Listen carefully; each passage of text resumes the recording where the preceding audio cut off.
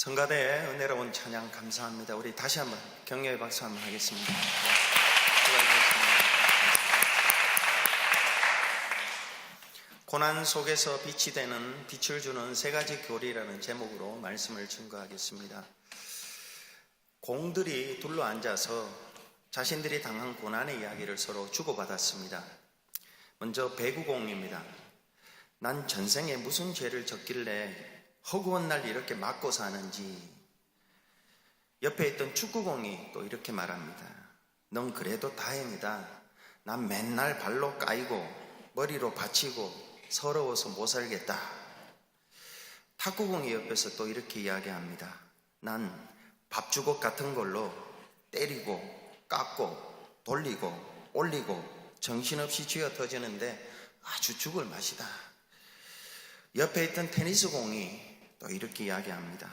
난 어떤 때는 흙바닥에서 어떤 때는 시멘트 바닥에서 털이 다 빠지도록 두들겨 맞는데 아주 죽겠다. 연장자 야구공이 이렇게 이야기합니다. 이런 어린 놈들 닥쳐라. 난 매일 몽둥이로 쥐어 터진다. 이따금씩 실밥도 터지고 참 내가 말을 말아야지. 이런 넋두리들을 가만히 듣고 있던 골프공이 마지막으로 한마디를 하는데 이 한마디에 아무 공도 대꾸할 수가 없었습니다. 니들 쇠몽둥이로 맞아봤냐? 성경은 성도들이 저마다 이런 여러 가지 고난들을 닥치고 있을 때, 맞닥뜨릴 때에 이 고난들 속에서 흘리는 눈물을 닦아주고 흑암 속에서 빛을 비춰주는 세 가지 교리를 우리에게 소개합니다. 이 성경의 교리들은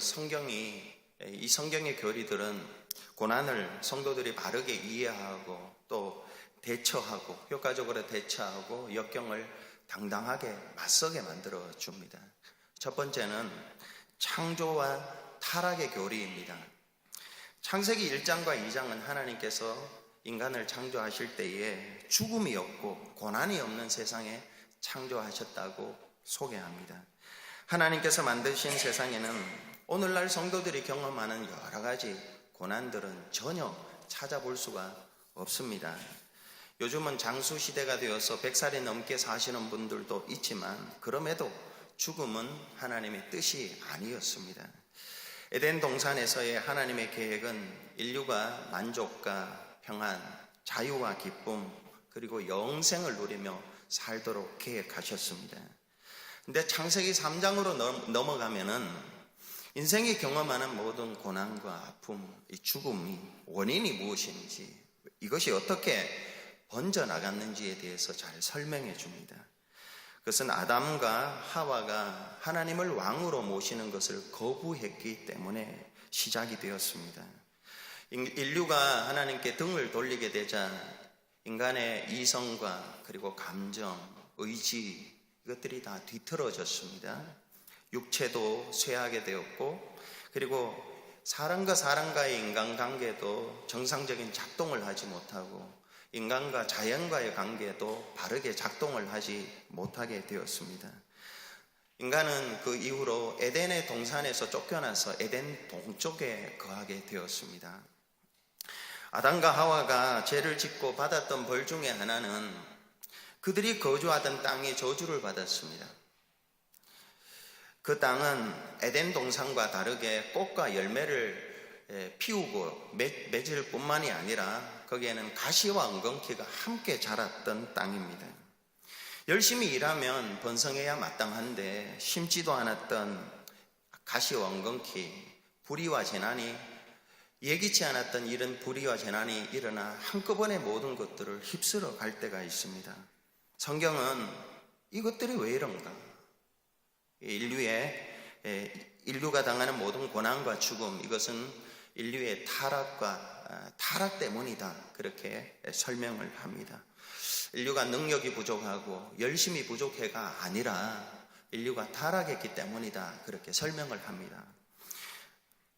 그렇다고 해서 인류의 타락 교리라는 것이 많은 고난을 당한 사람이 많은 죄를 지었다, 그렇게 결론 짓는 것은 부정합니다.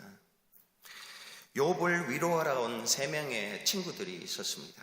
이 친구들은 욥에게 너가 그렇게 큰 고난을 당하는 것은 우리보다 큰 죄를 지었기 때문이다. 그 죄를 빨리 회개해라. 이렇게 독촉합니다. 욥기 후반부에 가면은 하나님은 이 3명의 고난의 위로자인 이 3명의 친구들을 욥보다 그들에게 진노하시고 그들에게 심판을 하십니다. 여러분, 이것이 무엇입니까? 심한 고난을 겪고 있는 성도들이 있습니다. 근데 그것이 죄의 대가가 아니라는 것입니다. 큰 역경을 겪고 있는 사람들 한 분 한 분이 특정한 죄를 지었기 때문에 그렇다, 이런 생각은 완전히 잘못되었다는 것을 말해줍니다. 그럼에도 불구하고 성경은 우리가 겪는 모든 고난과 죽음은 인간의 죄가 불러온 자연스러운 결과이고 하나님의 공정한 심판이다라는 것을 분명하게 가르쳐 줍니다. 그래서 고난과 죽음은 죄인인 사람들이 겪어야 할 마땅한 결과구나라는 것을 인정하고 받아들이면 그 가운데에서도 마음의 위로와 평안을 찾을 수가 있습니다. 요즘 현대인들 가운데는 하나님이 살아계시다면 악한 자들을 왜 저렇게 가만히 두는가, 또 선한 사람들은 마땅하게 행복하게 책임을 져주셔야 한다, 그렇게 이야기합니다. 근데 세상을 보면 고통당하고 억울하게 죽어가는 많은 사람들 많이 있습니다. 왜 저렇게 하나님은 저런 사람들을 많은데 침묵하시나, 이렇게 묻는 사람들이 더러 있습니다. 맞습니다. 우리는 그걸 이해하지 못합니다. 왜 그런지요? 그런데 또 한 가지 이해할 수 없는 대목도 있습니다. 하나님께서 살아계시다면 인간의 행실에 비춰볼 때에 어째서 그토록 많은 사람들이 행복하게 살도록 해주시느냐 하는 것이지요. 마땅히 죄로 인해서 멸망받아야 되고 심판당해야 할 사람들이 보면은 행복하게 살고 잘 사는 사람들이 있습니다. 왜 그런지 우리는 이유를 알 수가 없습니다. 우리는 가끔 우리 자신을 향해서 나는 원래 이렇게 살 사람이 아니라고 자기 연민에 빠질 때가 있고, 내 인생은 이렇게 풀려서는 안 되는데 하며 자기 원망에서 벗어나지 못할 때도 많이 있습니다. 그러나 이런 것들 속에서 성경이 가르쳐주는 창조와 그리고 타락의 교리는, 원래 우리는 죄로 인해서, 타락으로 인해서 고난을 당하고 그리고 죽어야 할 수밖에 없는 그런 운명이다, 그런 존재다라는 것을 배울 때에 우리는 힘을 얻을 수가 있습니다. 그래서 창조와 타락의 교리는 예상치 못했던 고난이 우리에게 닥쳐올 때에, 우리에게 그런 것들이 일어날 때에 우리의 마음을 놀라지 않도록 준비시켜주는 그런 귀한 역할을 합니다. 둘째로 최후의 심판과 회복의 교리라는 것이 있습니다. 많은 사람들이 벌 주고 심판하시는 하나님을 어떻게 믿냐고 그렇게 말합니다. 그래서 믿지 않는 사람들은 두 가지 반응을 나타냅니다. 고난의 현실 앞에서 절망하고 포기합니다. 반대로 고난을 준 장본인에 대해서 스스로 칼을 들어 복수할 때가 있습니다. 그런데 절망과 포기도 해결책이 될 수가 없고, 또 원수를 갚는, 복수하는 일은 더 큰 문제를 불러옵니다. 성경은 이렇게 말씀합니다. 내 사랑하는 자들아, 너희가 친히 원수를 갚지 말고 하나님의 진노하심에 맡기라. 기록되었으되 원수 갚는 것이 내게 있으니 내가 갚으리라. 주님께서 갚아주신다고 약속하셨습니다. 마태복음 25장 31절 34절입니다. 인자가 자기 영광으로 모든 천사와 함께 올 때에 자기 영광의 보좌에 앉으리니 모든 민족을 그 앞에 모으고 각각 구분하기를 목자가 양과 염소를 구분한 것 같이 하여 양은 그 오른편에 염소는 왼편에 두리라. 그때의 임금이 그 오른편에 있는 자들에게 이르시되 내 아버지께 복을 받을 자들이여 나와 창세로부터 너희를 위하여 예비된 나라를 상속받으라. 한편 왼편에 있는 자들에게는 이르시되 저주를 받은 자들아 나를 떠나 마귀와 그 사자들을 위하여 예비된 영원한 불에 들어가라. 주님이 오셔서 심판하십니다. 사도 바울은 예수님의 이 말씀을 한 줄로 요약합니다. 고린도서 5장 10절에 이는 우리가 다 반드시 그리스도의 심판대 앞에 나타나게 되어 각각 선악간에 그 몸으로 행한 것을 따라 받으려 함이라. 우리가 다 반드시 그리스도의 심판대 앞에 나타난다는 것입니다. 그리고 각각 선악간에 그 몸으로 행한 대로 상급과 칭찬을 받게 된다는 것입니다. 우리가 만일 하나님의 이 최후의 심판을 받아들일 때에 우리는 오늘 정의를 위해서 살아갈 용기를 얻을 수가 있습니다. 하나님의 심판을 믿을 때에 당장 눈앞에 벌어지는 상황은 너무 참담하고 비참하지만은 언젠가 하나님의 정의가 온전하게 구현될 것을 우리는 믿고 힘을 얻을 수가 있습니다. 그리고 불의에 굴하지 않을 수가 있습니다. 그날에는 이 땅에 만연해 있는 온갖 죄악들이 바로 잡히게 될 것이기 때문에 그렇습니다. 하나님의 최후의 심판의 진리를 믿는 자들은 상대방을 너그럽게 용서하고 안가품과 폭력적인 행동을 자제하게 됩니다. 최후의 심판에 대한 확신이 없다면 억울하고 부당한 일을 당할 때에 스스로 칼을 빼서 원수를 갚아야 마땅하지만은 그러나 누구도 주님이 오셔서 누구도 주님의 심판대를 피할 수 없다 하셨습니다. 이 진리를 받아들인다면 주님의 가까우심을 믿고 관용을 베푸는 사람이 될 수가 있습니다. 우리가 하나님의 진리의 심판의 진리를 받아들인다면 또한 우리는 아무도 판단해서는 안 됩니다. 고린도전서 4장 5절에 그러므로 때가 이르기 전 곧 주께서 오시기까지 아무것도 판단하지 말라. 그가 어둠에 감추인 것들을 드러내고 마음의 뜻을 나타내시리니 그때에 각 사람에게 하나님으로부터 칭찬이 있으리라. 주님이 오셔서 심판하실 때까지 판단하지 마라. 그럼에도 남을 판단할 때에 주님은 또 이렇게 말씀하십니다. 로마서 2장 1절에 그러므로 남을 판단하는 사람아 누구를 막론하고 네가 핑계하지 못할 것은 남을 판단하는 것으로 네가 너를 정죄함이니 판단하는 네가 같은 일을 행함이라. 이 말씀을 가지고 스위스 라브리 공동체를 세웠던 21세기 신학자 프랜시스 셰퍼 박사가 이렇게 해석을 했습니다. 보이지 않는 녹음기가 우리 목에 달려있다.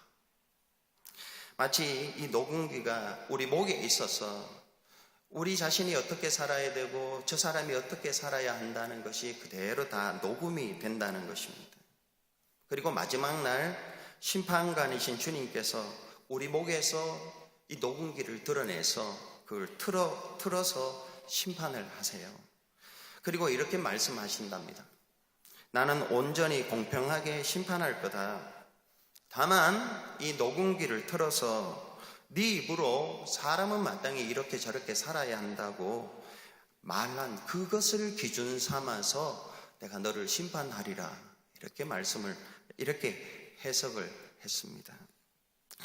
그래서 바울은 로마서 2장 2절 3절에 하나님의 이런 심판은 아무도 피할 수 없다 그렇게 이야기합니다. 이런 일을 행하는 자에게 하나님의 심판이 진리대로 되는 줄 우리가 아노라. 이런 일을 행하는 자를 판단하고도 같은 일을 행하는 사람아 네가 하나님의 심판을 피할 줄로 생각하느냐. 못 피한다라는 것입니다. 심판하시는 주님은 또한 우리 인생을 회복시켜 주시는 분이십니다. 예수님의 부활이 그 보증입니다. 부활이라는 것은 이전에 우리가 잃어버렸던 인생, 잃어버렸던 것들을 그냥 그대로 다시 주는 거, 회복하는 게 아니라 잃어버렸던 그것보다 훨씬 더 좋은 것들을 우리에게 주는 것입니다. 예수님의 부활이 그것을 말씀하는데요. 이전에 우리의 몸을 잃어버렸으면은 이전에는 나중에 주님이 회복시켜 주실 때에는 신령한 몸을 주세요. 신령한 몸. 우리가 목숨을 잃어버릴 때에는 영생을 우리에게 주십니다. 예수님이 부활하셨을 때 모습이 그것이지 않습니까? 우리가 살게 될 세상도 마찬가지입니다. 옛 예루살렘이 없어지고 하늘로부터 새 예루살렘이 내려온다고 했습니다. 그 안에서 우리는 말할 수 없는 풍성함 가운데 살게 될 것입니다. 바울은 고난을 당할 때마다 고난 그 자체를 생각하지 않고 이것을 많이 생각을 했습니다. 새 몸을 입고 영생을 얻고 새 예루살렘에서 많이 살게 될 것이다. 오늘 장로님 기도해 주셨는데 이런 내용을 기도해 주셔서 너무 감사했어요. 네, 로마서 8장 18절에 바울은 이렇게 말합니다. 생각하건대 현재의 고난은 장차 우리에게 나타날 영광과 좋게 비교할 수 없도다. 모든 것을 합력하여 선을 이룬다 했습니다. 바울이 고난을 당할 때마다 고난 그 자체를 생각하지 않고 회복시켜 주실 것을 많이 생각했습니다. 우리는 우리에게 있는 악의 현실, 고난의 현장이 우리의 아름다움과 행복을 가로막는 걸림돌이 아닙니다. 더 높은 곳으로 도약하고 회복하게 하는데 필요한 꼭 디딤돌입니다. 그것으로 우리가 인식할 수 있어야 합니다. C.S. 루이스는 천국과 지옥의 이혼이라는 책에서 지옥과 그 안에 있는 것들, 모든 사람들을 현미경으로 봐야지만 겨우 볼 수 있다고 그렇게 그리고 있습니다. 하나님이 우리 인생을 회복시켜 주실 때, 심판하시고 회복시켜 주실 때 우리에게 눈물을 흘리게 만들고 우리에게 아픔을 주었던 그 모든 것들이 지옥에서 현미경으로 봐도 잘 보이지 않을 만큼 그렇게 해 주신다는 것입니다. 심판과 이 회복의 교리는 우리로 하여금 현재의 고난을 잘 인내하고 심판하실 거예요. 회복시켜 주실 것이다. 잘 인내하고 또 견디도록 만들어주는 진리입니다. 고난 속에서도 우리의 마음을 굳건하게 지켜줄 세 번째 교리는 예수님의 성육신과 대속의 교리입니다. 성육신 교리는 하나님이신 예수님께서 사람이 되셨다는 것이지요. 빌립보서 2장 6절에서 8절에 그는 근본 하나님의 본체시나 하나님과 동등됨을 취할 것으로 여기지 아니하시고 오히려 자기를 비워 종의 형체를 가지사 사람들과 같이 되셨고 사람의 모양으로 나타나사. 성육신 교리는 하나님은 사랑이다. 근데 그것이 개념이 아니라 사랑의 하나님이 개념으로 남는 게 아니라 직접 우리에게 찾아오셔서 우리와 함께 동행해 주시는 분이라는 것을 가르쳐 줍니다. 그게 성육신 교리입니다. 성경을 통틀어서 고난 가운데 있는 성도들과 함께 하시는 그 주님의 모습을 가장 잘 그려놓은 대목이 다니엘서 3장입니다. 다니엘의 세 친구 사드락, 메삭, 아벳느고가 느부갓네살이 하루는 금신상을 만들고 절하지 않으면 다 죽이리라 선포를 했는데도 불구하고 이 세 친구는 절하지 않습니다. 그로 말미암아 준비되었던 불뭇불에 던져집니다. 그 불뭇불은 평소보다도 7배나 더 뜨거운 불이었습니다. 하지만 그 불뭇불 속에서 이 세 명의 친구들은 신비로운 인물과 함께 동행을 합니다. 느부갓네살이 불구덩이를 이렇게 보니까 3명이 아니라 4명이 있는 것을 보게 되고 깜짝 놀라게 됩니다. 지푸라기처럼 인에 타버릴 줄 알았는데 사형수들은 그 불뭇불 속에서 태연히 걸어다닙니다. 그리고 나중에 나왔을 때에 머리카락 하나 그을리지 않았고 불탄 냄새도 없었다고 다니엘서 3장 27절은 기록하고 있습니다. 함께 하시는 예수님 때문에 그렇습니다. 느부갓네살은 불물불을 통해서 예수님과 함께한 그들을 보고 이분이 하나님이시구나 하면서 느부갓네살이 금신상을 버리고 하나님을 찬양합니다. 불못불 속에서 주님과 동행했던 그 자리를 피하지 않았던 그들을 느부갓네살 왕은 이전보다도 더 높여줍니다. 여러분, 우리가 불못불 같은 고난 속에 있을 때에 주님께서 그 자리에 함께 하십니다.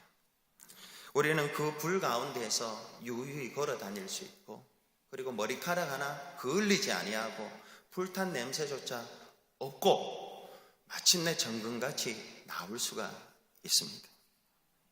이것이 성육신 교리입니다. 예수님께서는 성육신을 넘어 대속의 죽음을 맛보셨습니다. 주님께서는 십자가를 지고 골고다 언덕까지 걸어가셨고 지고 가신 십자가에 매달려 죽으셨습니다. 우리가 받아야 할 형벌을 대신 받으시고 우리의 죄를 사해 주시고 우리가 죽어야 할 죽음을 대신 죽으시고 우리에게 영생을 주셨습니다.